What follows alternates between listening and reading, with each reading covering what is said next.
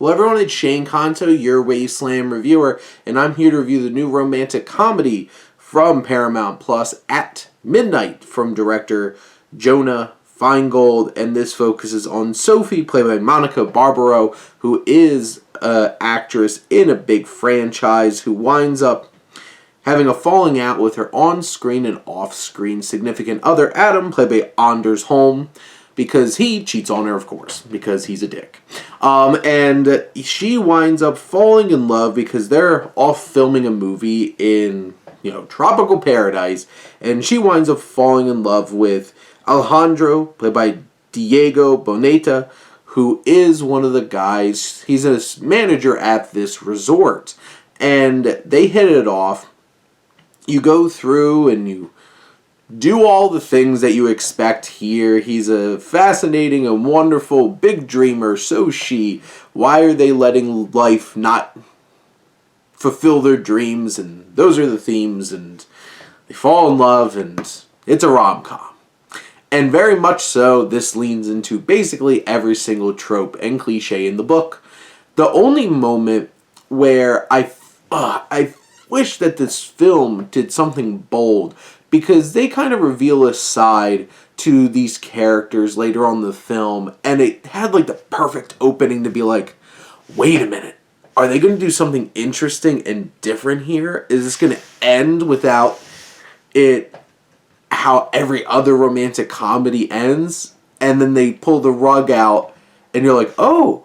And then they pull the rug out from under that rug, and then you're like, oh. And then we wind up being right back where we expect it to be. There's some funny moments in this. I don't think any of the characters are particularly engaging, and there's moments where some of them could become pretty unlikable. And then towards the end, I honestly didn't want these two to wind up together, and I'm just like, ugh. Well, of course, it's going to wind up going the way that it usually does. I do think Anders Holm is, he's some fun. He's very stereotypical. He is doing everything he can to be an obnoxious, conceited jerk, and he does it very well. Barbaro and Boneta, I think, well, they're both very attractive people. They're both nice to look at on screen. You could tell, it's like, oh, you're attractive, let's fall in love. Their characters aren't interesting, and I don't think they get a whole lot to work with, so then their performances aren't particularly interesting either.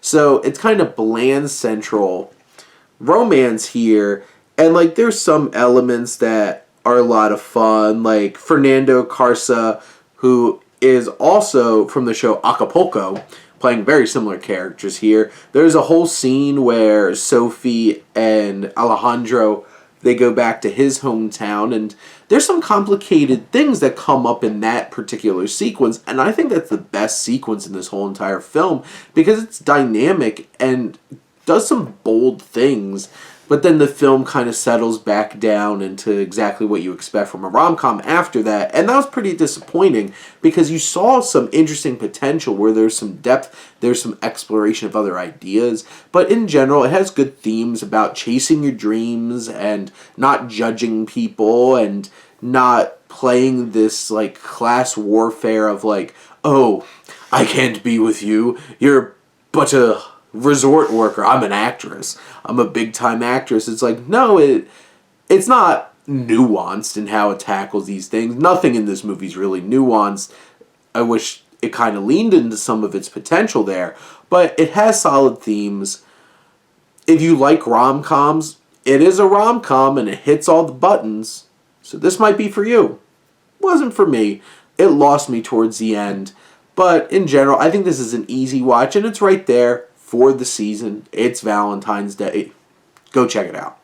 But those are my thoughts on At Midnight. Let me know what you think, and let's talk some movies. But thank you as always for tuning in and supporting your Wasteland reviewer.